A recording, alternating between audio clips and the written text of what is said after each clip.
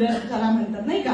आणि असा जो डायबिटीज आहे हा रिकव्हर करणं हे थोडं डिफिकल्ट जातं. कशामुळे? कारण तुमचे जे जेनेटिक्स असते की नाही, जीन्स असतात तुमच्या बॉडीमध्ये, ते ऑलमोस्ट असे बिल्ड झालेले असतात. त्या जीन्सला जागेवर आणणं हे खूप डिफिकल्ट जातं, तर त्याला चॅनलाइज करावं लागतं. ओके, तर आपल्या अमृत ज्यूसमध्ये जे 42 प्रकारचे जे हर्ब्स आहेत, त्यानंतर डायबोजी नावाचं जे प्रॉडक्ट आहे, ओके, त्याच्यामध्ये जे 18 प्रकारचे जे इन्ग्रेडियंट्स आहेत, मेडिसिनल प्लांट्स आणि हर्ब्स यांचं जे डिस्क्रिप्शन आहे ऑलरेडी आयुर्वेदामध्ये, वेदाजमध्ये दिलेलं आहे. ओके, तर त्याला अनुसरून आपण त्यांना ती ट्रीटमेंट स्टार्ट केली होती आणि आज ऑलमोस्ट सरांना आता 6 महिने होत आहेत ते हे प्रॉडक्ट युज करतात. ओके, त्यांची कम्प्लिटली ॲलोपॅथीची जी काही गोळी होती आज ती बंद झालेली आहे शुगरची, राईट. त्याच्यानंतर त्यांची जी शुगर आहे ती 450च्या लेवलमध्ये राहत होती. सर 450, 470च्या लेवलमध्ये शुगर म्हणजे एखादा व्यक्ती जागेवर पडून त्याला स्ट्रोक येऊ शकतो.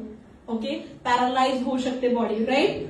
कधीही काहीही होऊ शकतं. ओके, म्हणजे इव्हन जाताना तुम्ही चालत आहात, डोंट नो तुमची बॉडी कशा प्रकारे रिस्पॉन्ड करेल, राईट. तर अशा प्रकारचा डायबिटीस, एवढी जास्त शुगर आज मी माझ्या मिस्टरांची डील केलेली आहे आणि त्यांची शुगर आज ही ऑलमोस्ट 170 to 180च्या रेंजमध्येच फक्त फ्लक्च्युएट करते. ओके, आणि हे फक्त झालंय रियांशच्या अमृत ज्यूस आणि डायबोजी नावाच्या प्रॉडक्टनी. सो अशा 2 प्रॉडक्टसाठी आपल्या कंपनीच्या प्रॉडक्टसाठी एकदा जोरदार टाळ्या.